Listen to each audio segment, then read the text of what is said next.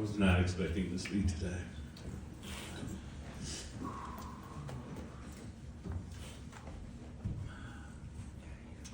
My father and I were not close the last 15 years of his life. As the oldest son, and I don't know if anybody's experienced this, but as the oldest, you see things that your younger siblings don't see. You experience things that your younger siblings just don't experience.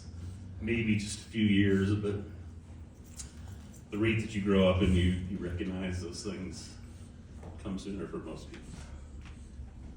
I was, in a lot of the things that happened in our family, was well aware of a lot of things. I'll tell you a story about my dad that encapsulates a lot of who he was, for me. He was a crazy entrepreneur. It's the reason why all three of us have owned our own businesses and continue to do so. He got an idea to sell food at the old flea market. I don't know if you guys know where that used to be. It was off of 76th Avenue in Sheridan or Kipping, I can't remember. So he buys a food truck.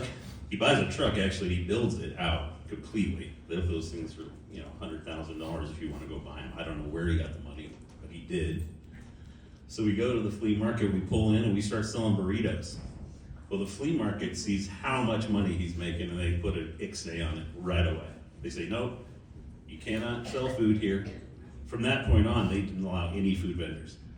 So my dad said, okay, well, there's a dirt road right behind you. I'm gonna pull up my burrito truck, and I'm gonna sell people burritos over your fence. And he did that. And it was insane. That was great about my dad. It was one of the craziest things about my dad. He could do stuff like that and amaze you.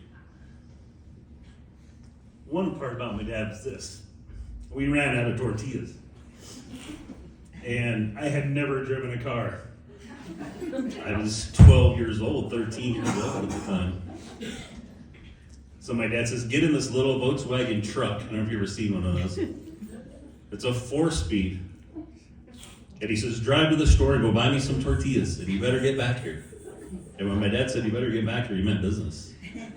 Here I am trying to drive a truck down Sheridan Boulevard, 12 years old, and it's a stick shift. I taught my daughter how to drive a stick shift. She was ready to pull her hair out. For me, that encapsulates everything my dad was. He was an amazing man. He was also a very difficult man to live with in a lot of ways. 7 or 8 years ago, I made peace with my father. All the things that happened in my life when it concerns my relationship with my dad. Before he passed, I let him know the reason my son Zachary is who he is today is because of all the things that he did or did not teach me on how to be a parent. One of the things that I wanted to say today is that I'm most proud of in my life is the ability to change, the ability to become a different person. It's one of the things that God gave us different than he gave any other animal on this planet. We have the ability to grow and change and become a different person through our own mind and through our own heart, through our own love of Jehovah God.